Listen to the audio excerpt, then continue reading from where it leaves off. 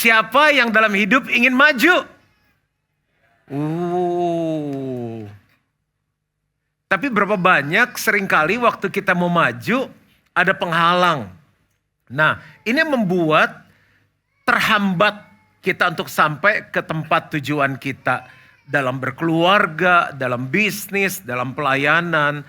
Hari ini saya mau menyampaikan sebuah tema Start Clear. Bagaimana kita harus mulai sesuatu dalam keadaan yang bersih. Setiap penghalang-penghalang dibersihkan. Jadi nanti pulang dari tempat ini kita akan membersihkan banyak hal. Kita akan melihat terobosan demi terobosan, mujizat demi mujizat terjadi. Tadi pagi saya bahas tentang start right, bagaimana memulai dengan benar. Bapak Ibu Saudara juga nanti bisa lihat di YouTube atau di rekamannya. Tapi kita mau belajar 5 hal aja. Apa sih penghalang yang membuat kita seringkali gak bisa maju dalam kehidupan. Langsung aja kita mulai. Yang pertama adalah tidak mau. Tidak mau. Nah, ada seorang muda datang sama Yesus. Dia bilang begini, Guru, apa yang harus aku perbuat supaya aku bisa beroleh hidup yang kekal? Ada lagi yang bilang gini, guru yang baik. Lalu dalam terjemahan lain, perbuatan baik apa yang harus aku lakukan supaya beroleh hidup yang kekal? Dan dikasih tahu bahwa orang muda ini orang muda yang kaya. Coba bayangkan dulu, muda, kaya. Itu kalau sekarang mungkin relevan. Kalau zaman dulu enggak, tua, kaya. Kalau masih muda kaya, kemungkinan papa mamanya kaya. Tapi anak muda sekarang memang hebat-hebat, luar biasa. Terus Yesus bilang turutin aja semua yang ada di perintah Allah. Terus anak muda tanya lagi sama Yesus, Yesus perintah yang mana? Yesus ditanya, dia jawab baik sekali Yesus. Jangan membunuh, jangan mencuri, jangan berzina, hormatilah orang tuamu. Yesus jawab semuanya. Terus dia bilang, anak muda itu bilang, waduh semuanya itu saya sudah lakukan Yesus. Yesus syok. Oh enggak, ini saya nambahin sendiri. Masa Yesus syok, orang dia Yesus ya kan? Wah hebat. Kalau begitu, itu gak saya nambahin sendiri. Yesus bilang, kalau gitu gini, kamu pulang, orang muda ini kaya. Kamu pulang, jual semua hartamu. Bagikan kepada orang miskin. Lalu, balik ke sini dan ikut aku. Ini saya perdalam lagi ya. Maksud Yesus semuanya, iya semuanya jual hartamu. Kamu punya rumah, kamu punya mobil, kamu punya perhiasan, kamu punya saham, kamu punya bitcoin. Ini saya dalami sendiri ya. Terus kan anak muda itu bengong. Nah Alkitab bilang begini. Lalu pergilah anak muda itu dengan sedih sebab hartanya banyak. Dia gak bilang gini, terima kasih Yesus yang gak sanggup, bener gak sanggup, baik. Gak ada begitu. Jadi nanyanya sopan, pulangnya gak sopan. Jadi kira-kira anak muda itu dapat hidup yang kekal gak? Ulang. Tadi kita udah dia loh, pendetanya tanya, jemaatnya menjawab. Jangan-jangan hartanya banyak nih. Oke. Kan dia tanya, perbuatan baik apa yang harus aku lakukan supaya beroleh hidup yang kekal. Yesus bilang apa? Pergi, jual semua hartamu, maka engkau akan beroleh harta di surga. Udah ada jaminan tuh, lalu ikutlah aku. Maka pergilah anak muda itu dan hatinya sedih. Kira-kira dia dapat hidup yang kekal gak? Tuh jawabnya lemas, sedih juga jawabannya. Salah nih, nomor 1 harta gak boleh taruh nomor 1. Ntar saya khotbah lain taruh nomor 4 deh. Yuk kita lihat Matius 19 ayat 22. Baca sama-sama 2-3. Ketika orang muda itu mendengar perkataan itu, pergilah ia dengan sedih sebab banyak hartanya. Jadi intinya simple, dia gak mau langsung sama Yesus loh. Gak lewat Pastor Felix, gak lewat Pastor Jojo, Pastor Henny, Pastor Yuan, langsung sama Yesus. Yesus jawab, mau hidup yang kekal? Begini. Langsung dia tinggal Yesus. Intinya apa sih? Gak mau. Banyak orang gak bisa maju dalam hidup, simple, gak mau. Jadi pendeta harus gimana, ya kamu ampuni suami kamu, gak mau. Ya menurut firman kamu harus selesaikan utang kamu, gak mau. Makanya ada DPO, daftar pencarian orang, karena gak mau bertanggung jawab. Lebih aman lagi deh contohnya ya. Kamu mulai melayani ya, gak mau. Kamu ikut doa, nggak mau. Tapi kamu mau ditolongkan, mau bertumbuhkan, kamu ikut pendalaman Alkitab, nggak mau juga. Kalau gitu sekarang kamu pulang ke rumah, baikan sama istrimu, nggak mau juga. Pernah ketemu nggak sih orang-orang kayak gitu? Pernah ya? Tapi ini semua contoh saya ambil di gereja yang saya gembalakan ya. Karena saya dengar katanya Kelapa Gading tuh tingkat kerohannya tuh dekat banget sama Tuhan. Dewasa, nggak mau. Kira-kira apa yang Tuhan bisa buat sama tuh anak muda? Dia mau maju, dikasih caranya. Tapi gak mau. Siapa yang dalam hidup mau maju? Semua tertulis di Alkitab. Berarti kalau kita lakukan, bisa sebetulnya cuma karena gak mau. Siapa yang mau kurus? Wah udah fisik nih mainnya. Ya emang dari atas sih, bagus-bagus semua badannya gelap sih dari atas. Kalau Pastor Juan segini kurus, sedang atau gemuk? Kurus. Oke. Gemuk. Sedang. Makasih. Kira-kira untuk saya kurus bisa nggak? Setiap kali masalah orang Indonesia ngomongin obat, olahraga, dan kegemukan itu sebelum makan atau setelah makan. Habis makan dia udah gini. Kenapa ya saya tuh makan tuh susah kurus tuh. Itu bahasan. Apalagi kalau udah umur 35, 40, 50, 60 tuh ngomongnya gitu. Simple. Kan dari bilang gampang kalau mau turun jangan makan goreng. Jangan makan gula. Jangan makan tepung. Jangan makan temen. Sederhana orang mau kurus itu. Kenapa gak kurus? Karena gak mau. Nah sekarang hubungannya dengan rohani. Saya melihat orang datang duduk di bangku yang sama, satu deret. Satu saat dia telat datang, ada yang dudukin tempatnya, diplototin loh. Nah tempat gue, minggir. Nyumbang juga kagak dalam pembangunan, tapi itu tempat gue. Duduk di tempat yang sama, sebelum gereja berdiri, dia sudah berdiri di sana. Pokoknya, udahlah. Tapi kenapa gak maju? Simple, gak mau. Disuruh apa-apa, gak mau. Menurut saya kita jangan hakimi orang-orang tersebut. Kemungkinan, dia belum mengalami lahir baru. Manusia hidup terdiri dari roh, jiwa, dan tubuh. Juan Mogi adalah manusia roh yang memiliki jiwa. Jiwa itu pikiran, perasaan, kehendak, dan tinggal di dalam tubuh. Tubuh ini cuma tempat, kontainer. Satu saat waktu saya meninggal, dikubur, digali lagi sekian puluh tahun lalu cuma ada apa?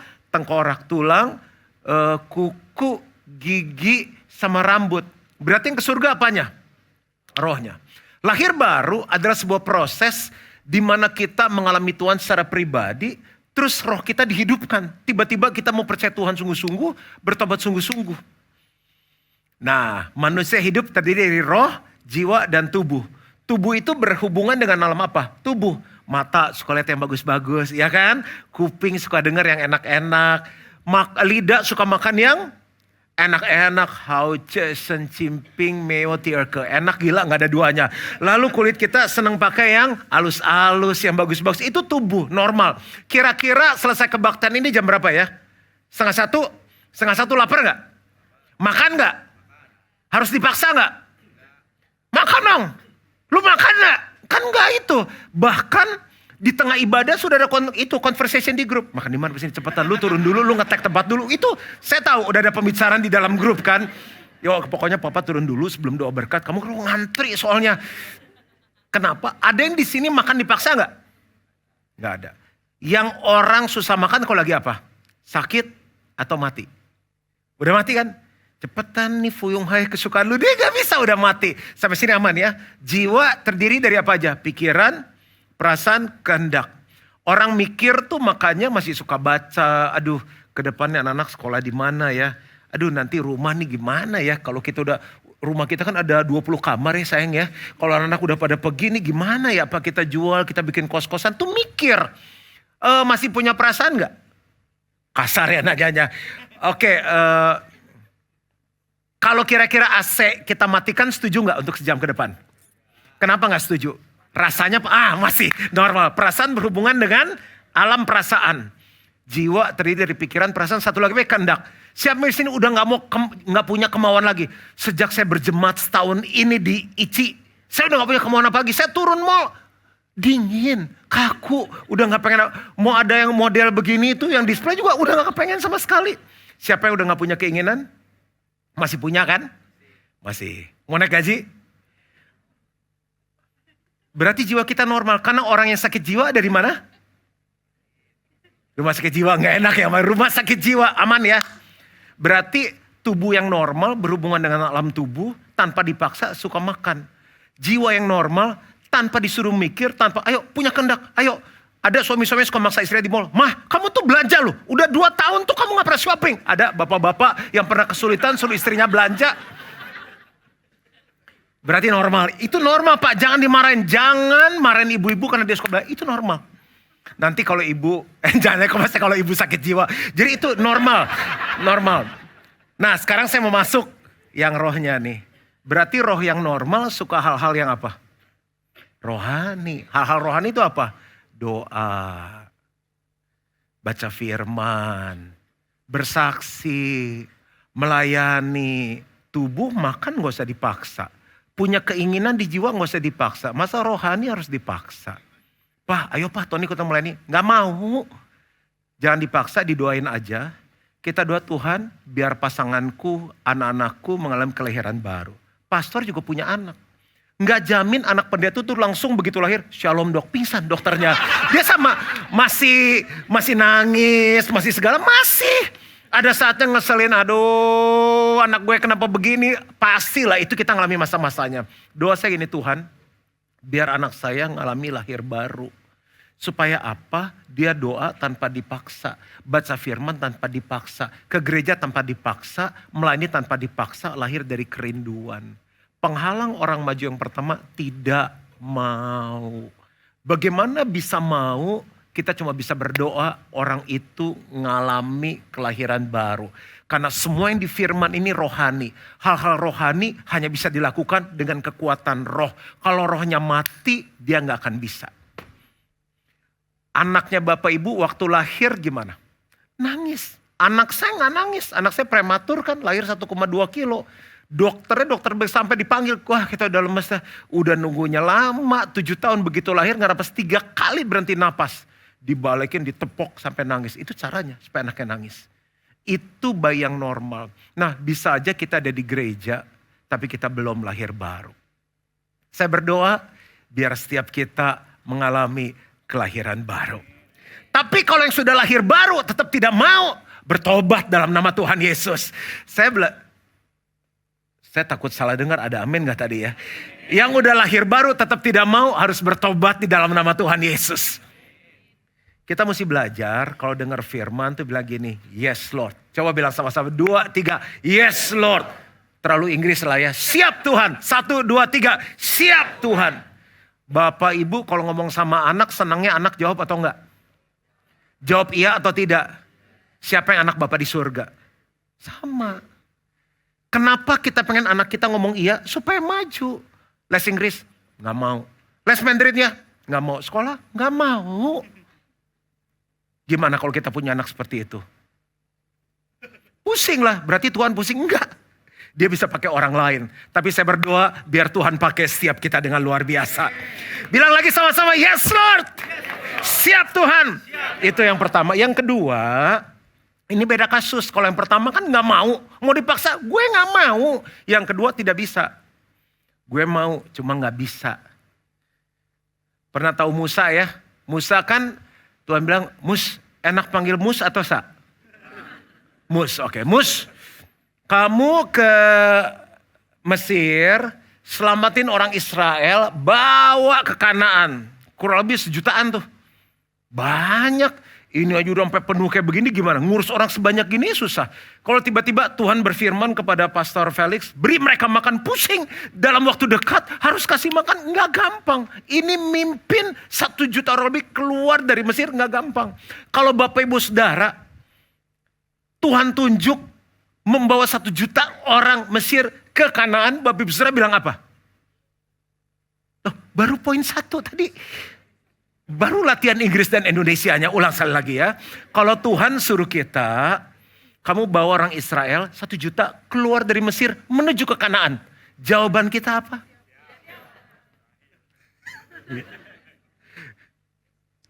1, 2, 3, yes Lord. Semangat di YouTube nih masuk. Gak gampang ya. Kita seringkali mau, cuma kita gak bisa. Kita baca ayatnya, Keluaran 4 ayat 10-13. Pertanyaan Musa tuh waktu Tuhan suruh lucu-lucu deh. Aku nih siapa ya Tuhan ya, bayangin sampai lupa diri. Terus nanti kalau ditanya siapa yang mengutus aku, udah jelas dia lagi ngobrol sama Tuhan. Terus kalau mereka tanya namanya siapa, kalau mereka gak percaya gimana? Kenapa bukan Tuhan aja datang sendiri? Udah agak kurang ajar sedikit. Coba kita lihat ayat 10-13. Lalu kata Musa kepada Tuhan, Tuhan, aku ini tidak pandai bicara. Dahulu pun tidak. Dan sejak kau berfirman kepada hambamu pun tidak. Sebab aku berat mulut dan berat lidah. Saya tambahin satu, berat pantat, susah banget disuruh. Ayat 11. Tetapi Tuhan berfirman kepadanya, siapakah yang membuat lidah manusia? Siapakah yang membuat orang bisu atau tuli? Membuat orang melihat atau buta? Bukankah aku yakni Tuhan? Oleh sebab itu pergilah, aku akan menyertai lidahmu dan mengajar engkau apa yang harus kau katakan. Tetapi Musa berkata, Tuhan, utuslah kiranya siapa saja yang patut kau utus. Untung saya gak jadi Tuhan. Kalau gak jadi Tuhan, aku gigit si Musa. Ini yang ngomong bukan Pastor Felix, bukan Pastor Wen, bukan Pastor Jojo, bukan Pastor Henny. Tuhan langsung sama Tuhan. Tiap kali Tuhan ngomong jawabnya gini. Tuhan. Yuk coba sama-sama. 2, 3. Tuhan. Sekali lagi ya. Menjiwai benar-benar. 2, 3. Tuhan. Oke. Sekarang aplikasi. Kamu mulai melayani ya. Tuhan. Terus saja. Tuhan suruh kamu sekarang tuh kan udah diberkati. Mulai dong murah hati. Dulu kan gak ngembalin perpuluhan. Sekarang ngembalin perpuluhan. Tuhan. Kamu tuh punya suara bagus. Mulai nyanyi. Tuhan. Ini mau terus suara udah mau habis nih. Masih 2 kali kebaktian. Tuhan. Coba kalau punya anak kayak gitu diapain? Ayo tolongin adek tuh. Mami. Ayo mandi. Papi. Cuci mobil. Mami. Maka kita gak pernah jadi Tuhan. Bayangin tahunan, belasan tahun, puluhan tahun jadi Kristen. Tiap kali Tuhan suruh jawabannya cuma apa? Tuhan. Yuk sekali lagi dengan hati sungguh-sungguh. 2, 3. Tuhan. Ini terakhir dalam nama Yesus. Kubur di lantai ini, pulang sudah gak ada lagi kalimat itu.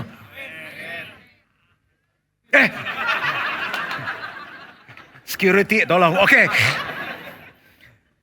Saya tuh selalu ya ikut Tuhan tuh hubungan saya tuh anak sama bapak.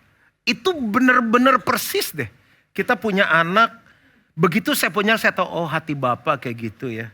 Kita mau lakukan apa aja asal anak kita bahagia. Itu hati bapak di surga. Ya cuma kalau dia disuruh apa-apa juga gak bisa, gak mau. Nah untuk yang kedua, kalau yang tadi gak mau jalan keluarnya apa? Mesti lahir baru, sekalipun dia Kristen. Kalau gak bisa. Dia lakukan karena kewajiban agama. Yang kedua kalau gak bisa, gampang, dimuridkan. Makanya sebelum Yesus naik ke surga dia bilang apa? Pergi, jadikan semua bangsa murid, baptislah mereka dalam nama Bapa, Putra dan Roh Kudus. Dan ajarlah mereka melakukan segala sesuatu yang telah kuperintahkan kepadamu. Dengar baik-baik dan ketahuilah, aku menyertai kamu senantiasa sampai kepada akhir zaman. Orang yang selalu bilang ini, yes Lord, siap Tuhan. Orang itu mau dan orang itu bisa karena dimuridkan. Tuhan menyertai dia. Makanya gereja ini, gereja di mana saya menggembalakan akan terus maju selama kita bilang ini, siap Tuhan. Para pebisnis profesional di marketplace, engkau akan maju terus selama setiap kali Tuhan bilang, kita akan bilang ini, siap Tuhan. Tapi aku gak bisa, jawabannya gampang, dimuridkan. Makanya ikut dalam Impact Family, kalau saya tadi gak salah dengar, kelompok selnya itu. Disitulah kita dimuridkan. Yang gak bisa ngusir setan, kita akan bisa ngusir setan. Ya dong. Dulu sih udah coba Pak. Setan keluar. Gak keluar udah serak. Lu gak keluar, gue yang keluar. Tapi sekarang dia pasti keluar. Kita akan menumpahkan tangan atas orang sakit. Dan orang itu akan sembuh. Dimuridkan. Saya dulu gak bisa apa-apa. Cuma saya punya modal gini. Saya mau. Kalau udah mau dimuridkan jadi. Itu yang kedua. Yang ketiga. Apa sih penghalang kita maju di dalam Tuhan? Tidak percaya. Masih ingat Thomas ya, murid Yesus. Teman-teman bilang, kita ketemu Yesus. Kita ketemu Yesus. Nggak mungkin, kita ini. Itu sama. di kehidupan kita. Dengerin orang kesaksian, saya tuh dari bangkrut Tuhan pulihkan. Terang aja dekat sama pendetanya, ada aja alasannya. Saya tuh suami saya udah gak pulang 3 tahun. Balik sekarang hidup kita bahagia. Gak percaya. Jadi gimana ikut Tuhan, semua yang dia baca, semua yang dia dengar gak percaya. Thomas bilang apa? Sebelum aku lihat Yesus datang, tangannya itu bekas paku, aku masukkan, aku gak akan percaya. Nah, problem kita dalam Tuhan begini. Kita pengen lihat dulu, baru percaya. Di dalam Tuhan, kita percaya dulu, baru melihat. Baca ayat dulu deh. Sampai sini aman semua? Yohanes 20 ayat 25-29. Maka kata murid-murid yang lain itu kepadanya, kami telah melihat Tuhan. Tetapi Thomas berkata kepada mereka, sebelum aku melihat bekas paku pada tangannya, dan sebelum aku mencucukkan jariku ke dalam bekas paku itu, dan mencucukkan tanganku ke dalamnya, sekali-kali aku tidak akan percaya. Ayat 29 kita baca sama-sama, 2, 3. Kata Yesus kepadanya, karena engkau telah melihat aku, maka engkau percaya. Berbahagialah mereka yang tidak melihat namun percaya. Berbahagialah mereka yang tidak melihat namun percaya. Bayangin ya, kalau kita belum melihat mujizat, terobosan, jawaban Tuhan terjadi dalam bisnis, dalam keluarga, dalam apapun di hidup kita. Terus kita gak bahagia. Lawan dari gak bahagia apa? Susah, cembetut, mukanya buram, surem. Kira-kira orang tertarik gak sih ikut Tuhan lihat hidup kita? Coba lihat dulu kiri kanannya, muka bahagia atau muka surem. Aku juga gak berani lihat-lihat. Lihat suami kita, lihat istri kita. Terus kita ke gereja. Mereka tahu kita orang Kristen, lagu-lagunya rohani, postingannya ayat. Tapi di kantor bawanya gak happy, di keluarga bawanya gak happy. Kenapa sih lu? Hidup kayak begitu, cembetut segala iya, soalnya Tuhan gak jawab-jawab. Kan katanya Tuhan yang hidup ya. Pokoknya sebelum saya lihat saya gak akan percaya. Terus begitu tiba hari Minggu, yuk ikut gua ke Impact apa tuh? Gereja, bagus, lu pasti ikut Tuhan, nanti ngalami Tuhan. Gak mau lihat lu aja gitu, ngapain gua ikut, gitu kan? Tapi kalau orang lihat hidup kita, udah doa 10 tahun, anak belum dikasih, udah jatuh tempo, dikit-dikit kan ada umur jatuh tempo, cuci gudang segala kan, jodoh belum datang, terus tagihan belum dibayar, tapi setiap hari nyanyi, suka cita kau berikan dalam hatiku. Oh. Dia bingung. Rumah masih ngontrak. Jodoh belum datang. Hamil belum udah 10 tahun. Lu kenapa sih nyanyi-nyanyi terus happy-happy? Iya dong. Aku percaya walaupun aku belum melihat. Aku ikut Tuhan bukan karena apa yang Tuhan bisa kasih dalam hidupku. Tapi karena siapa Tuhan. Dia sumber sukacita. Dia sumber kemenangan dalam hidupku. Altar call langsung di situ terima Yesus. Itu belum sampai ke Impact. Karena gini, kita tuh display kerajaan surga. Bapak Ibu Saudara, di bawah mall ya, saya belum pernah main. Ada toko, benar ya? Ada etalase gak display? Apa tuh isinya display? Patung dong, mannequin kan? Orang pakai baju model terbaru terus begini kan? Oke. Nah, sekarang bayangin, di mall nggak ada display, nggak ada mannequin, hitam semua nih, kayak dinding ini hitam semuanya. Bu, gimana? Sukacita penuh nggak? Beli apa kira-kira? Jadi orang gak mereka-reka, itu toko atau kuburan, bingung kita mau masukkan. Nah bayangin, kalau kita jadi orang Kristen yang walaupun belum melihat tapi percaya. Berbahagialah mereka yang tidak melihat namun percaya. Karena Tuhan kita gak pernah gagal, Tuhan kita hidup. Jadi selalu begini, karena aku percaya dia Bapa yang baik. Bapa yang baik selalu memberikan pemberian yang baik. Itu kayak kita ke kantor kemanapun kayak display kerajaan surga. Itu display itu saya gak tahu ya patung-patung itu Kristen gak. Tapi kayak ada urapan loh. Iya kan? Dia tuh begini diem tapi kayak ada begini. Lai. Kayak ada yang, kayak ada tarikan kuat sekali. Apalagi menjelang lebaran, menjelang Natal. Udah ada angka-angka 30, 40, 50, 70. Wah. Bayangin patung aja bisa narik kita. Kita yang hidup, yang punya Yesus pasti akan bawa orang ketemu Tuhan. Amin lah, bagus banget ini khotbahnya. Dari sabar sampai emosi, oke. Yang pertama apa penghalangnya? Tidak mau. Udah susah orang gini, cuma bisa doain. Itu anugerah Tuhan lahir baru. Yang kedua mau tapi gak bisa, masih gampang. Dimuridkan, udah gak bisa galak lagi. Bisa, pastor saya ini mau cuma saya gak bisa apa-apa. Tolong bimbing saya. Wah itu gampang dibentuk, cepet majunya. Yang ketiga, tidak percaya. Mau diapain orang gak percaya? Jadi sekali lagi, percaya dulu baru melihat. Saya kalau mau cerita gak habis. Cerita satu deh. Kurang stabil, oke. Karena lagi diet, jadi intermittent agak kurang stabil. Oke, sampai di mana nih? Cerita satu. Dokter bilang, kamu gak bisa punya anak. Kenapa dok? Karena kamu gak punya benih. Tidak ada, sperma. Tidak ada benih. Tolonglah dok, dokter kan dokter diakalin. Gak ada peluru, gimana mau nembak? Waduh, saya nangis suami istri. Sampai udah mau ngangkat anak, katanya pancing. Emang ikan. Jadi katanya kata orang pancing anak satu, terus nanti pasti hamil katanya istrinya. Saya jalan keliling kok gak ada yang mirip. Teman-teman saya bilang kan memang bukan anak lu. Wah udah bingung, bengong.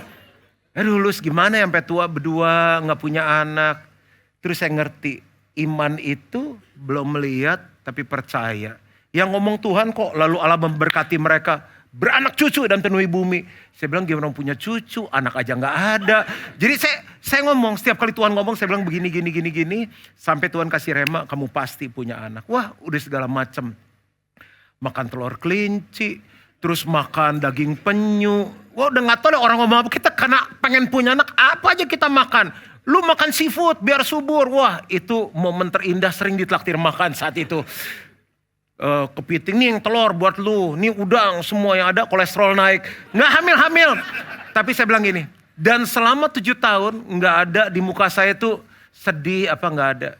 Orang bisa nyamperin saya gini. Pak bapak coba cek hidupnya jangan kena kutuk nggak punya anak. Bayangin di depan muka saya ngomong gitu. Tapi saya memutuskan berbahagialah mereka yang tidak melihat. Namun percaya hamil istri saya. Yang keempat, tidak jujur. Berapa banyak orang jujur di sini? Enakan jujur atau nggak jujur? Tapi pada prakteknya susah nggak? Nah, bagus nih masuk surga. Jujur. Jika ya katakan ya, jika tidak katakan tidak. Selebihnya iblis ambil bagian. Jujur tuh ada gak enaknya loh.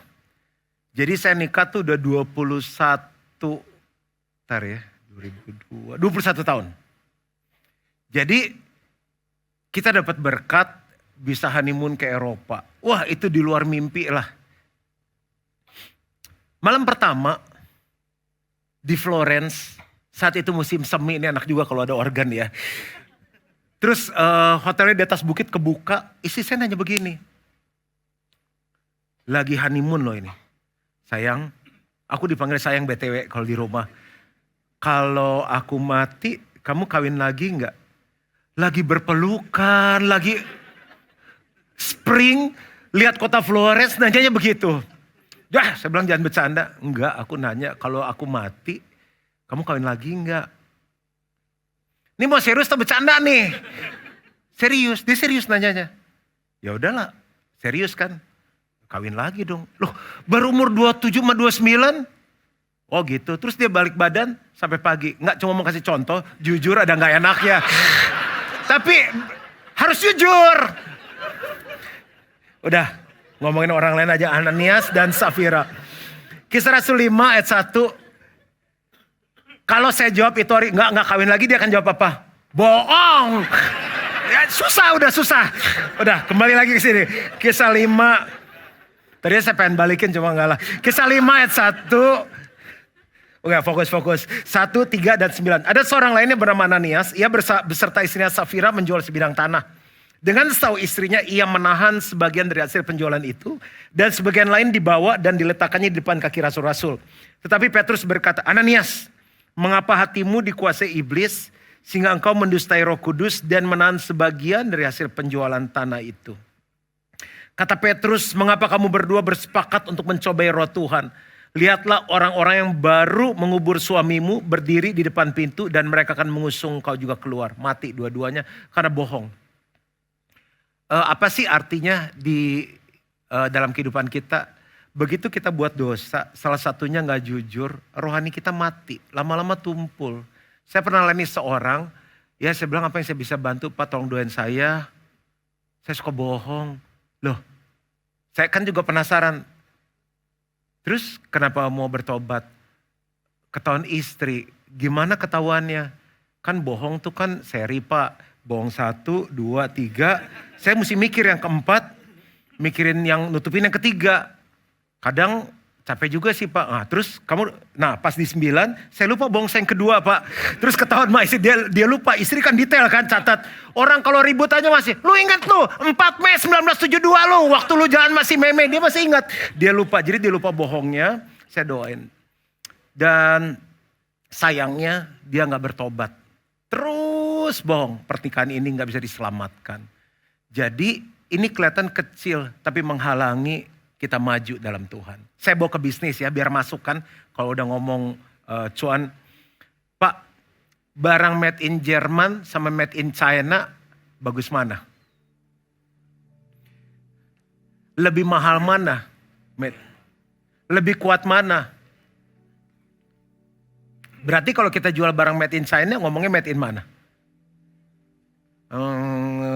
Mulai susah kan jawabnya, bilangnya made in China. Kuat gak? Ya Pak, ada harga, ada kualitas. Terus kita kalau jualan gak untung mau gak sih? Gak mau. Beneran Pak, ditawar terus kan udah gitu Kristen lagi yang nawar. Turun lagi, saya gereja ICI nih.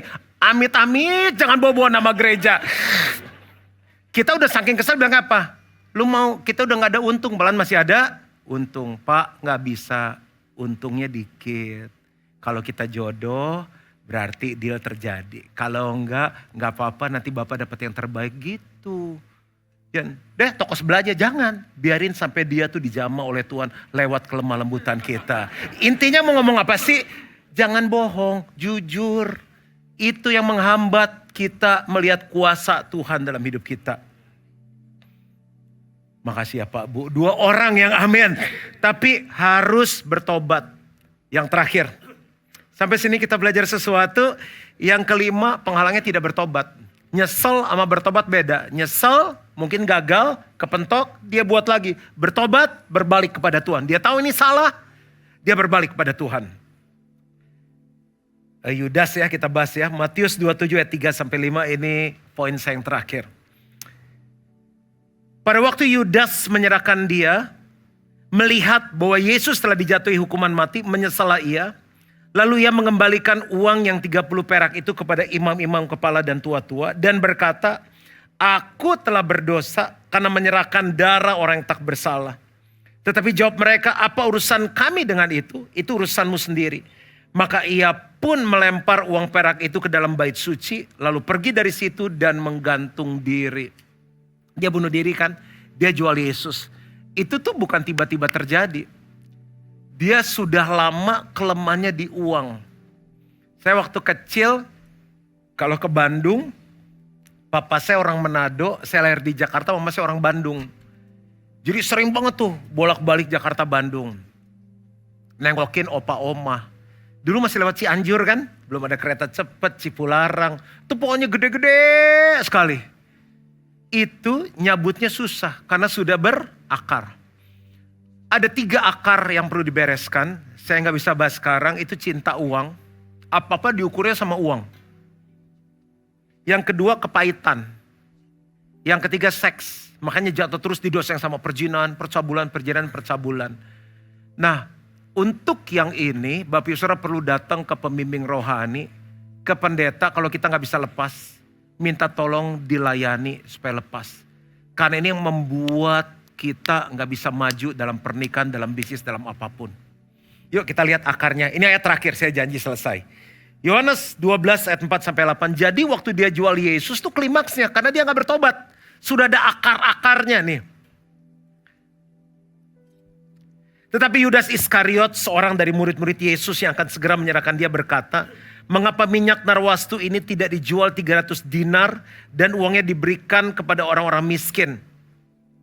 Hal itu dikatakannya bukan karena ia memperhatikan nasib orang miskin, melainkan karena ia adalah seorang pencuri. Ia sering Coba bilang sama-sama sering. Ia sering mengambil uang yang disimpan dalam kas yang dipegangnya. Maka kata Yesus, biarkanlah dia melakukan hal ini mengingat hari penguburanku. Karena orang-orang miskin selalu ada pada kamu, tetapi aku tidak akan selalu ada pada kamu. Jadi dia udah sering. Nah Bapak Ibu Saudara lihat nih pattern hidup kita.